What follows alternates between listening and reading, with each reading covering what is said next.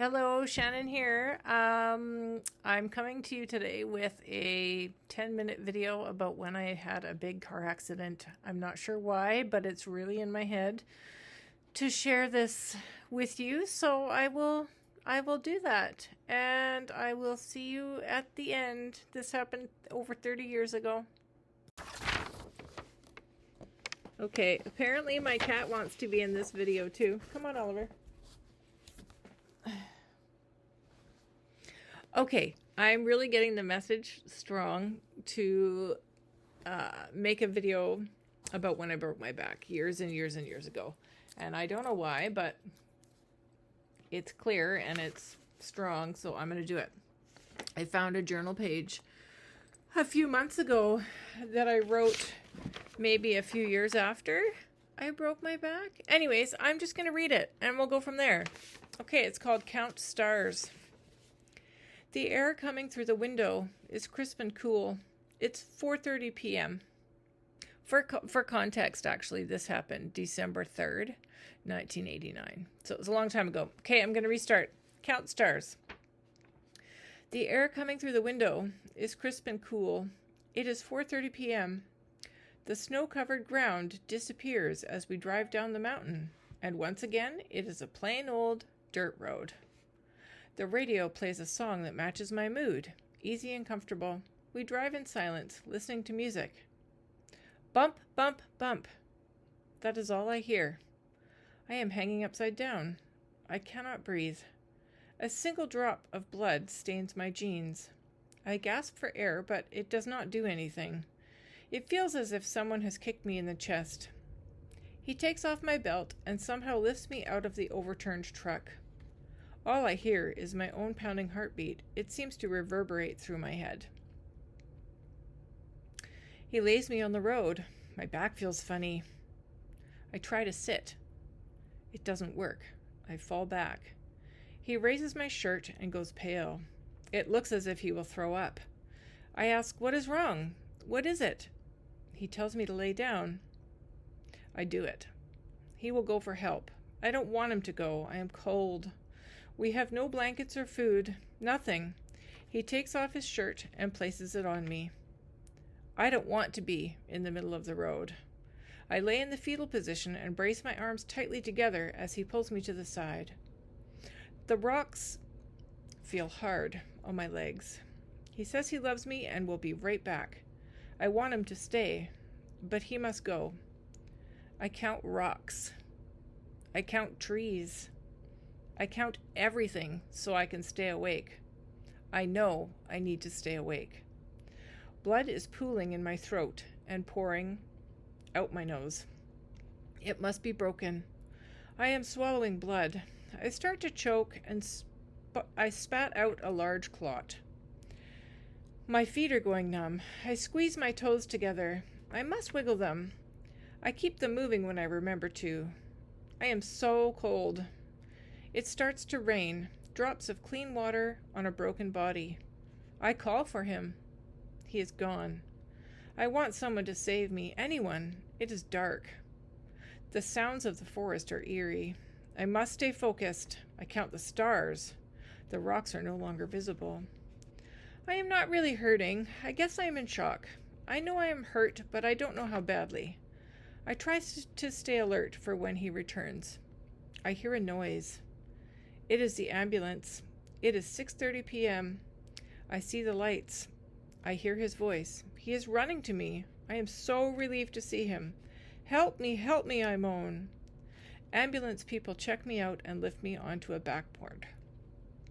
I feel a searing pain from my head to my toes as they move me. In the ambulance, it is warm and it is light. I can see. I hold his hand. He says it will be okay. They are asking me questions. I try to answer. I am still choking on warm blood. I am at the hospital. Parents and family are there. It is 8 p.m. They cut off my clothes to examine me. I am so cold. They surround me with hot water bottles and warm blankets that don't do anything. I am freezing. My teeth are chattering together and I can't stop shaking. Time for x-rays. I hear them say, "Her back is broken. We must send her to town." My heart stops and my breath catches in my throat. Back into the ambulance. The pain is excruciating as we drive over speed bumps. I want to sleep. Please let me sleep. I am not allowed. No painkillers either. I try to be cheerful. They hold the ferry and finally we make it. My aunt is waiting. Support for my mom. Off the ferry into another ambulance. It is dark out and I am still cold. Another long ride. We arrive at Children's Hospital around 12:30 a.m. It has been 8 hours. The pain is very real and I beg for someone to fix it. They wheel me along a corridor of windows. I tell them to stop. I look at myself and laugh. I look like a stork. Big fat nose on my face. I look really silly. I am 16 years old. I am in a bed and they won't leave me alone. They prick my feet and legs with safety pins. Yes, I can feel it. A very good sign. Leave me alone. I want to sleep. 3 days of hell trying to get the swelling down. I am in a striker bed. On my back, then flip to my stomach. The whole bed moves. My nose swells again from the pressure and begins to bleed. I am embarrassed. I want to go home. This is enough now. I want to wake up. It is not a dream. They wheel me down for surgery. I see lights and windows. We are in a room. There are lots of mirrors. I wonder why so many. They put a needle in my arm. I am out cold. I wake up and throw up so much my throat is raw. I want to die.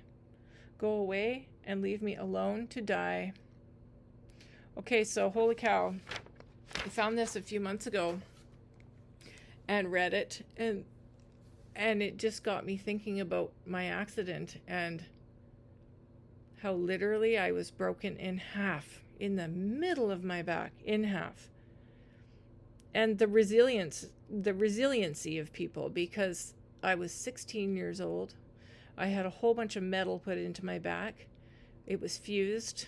I had a lot of physiotherapy and different things like that to try and teach me how to learn to walk again, because I couldn't do it. I had to relearn.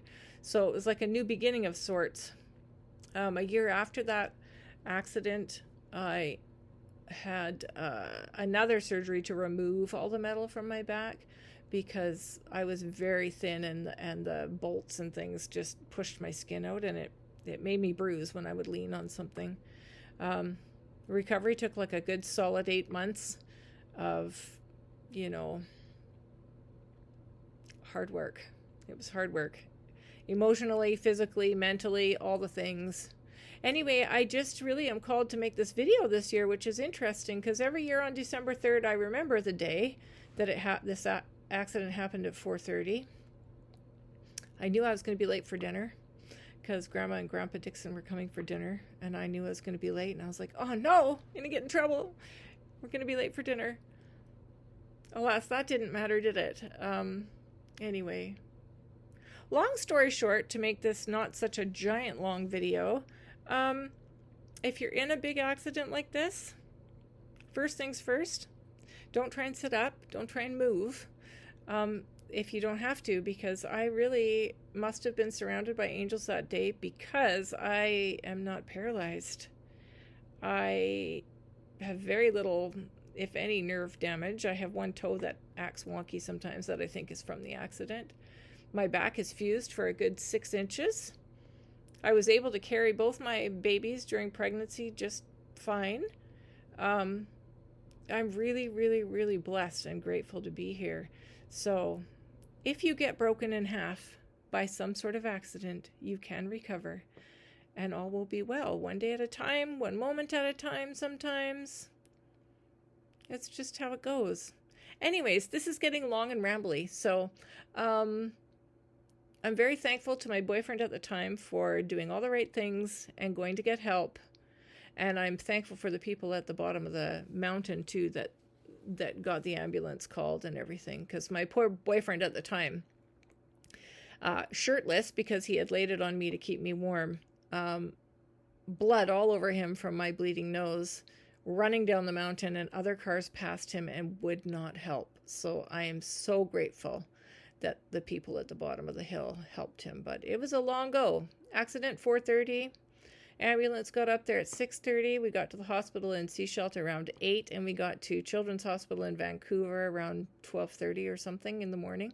So it was a long haul, and I really am grateful to all the angels and spirit guides, etc., that were around me during that time, because holy, I was up a mountain and bleeding, and no animals bothered me. Nothing bad happened there, and I was able to count the rocks, the trees, the stars, etc. Anyways, this is long enough. Have a beautiful day out there, guys, and know that if you have something horrible happen to you, you can recover. It's possible. And I love you. Take care. Have a good day. If you made it to the end of that video, thanks for hanging around and watching it. Maybe this video will help someone out there. I'm not sure why I'm called so strongly to make this video now, but maybe because I'm on YouTube more consistently and I can share it to a larger audience. I don't know. Anyways, take care all and be safe.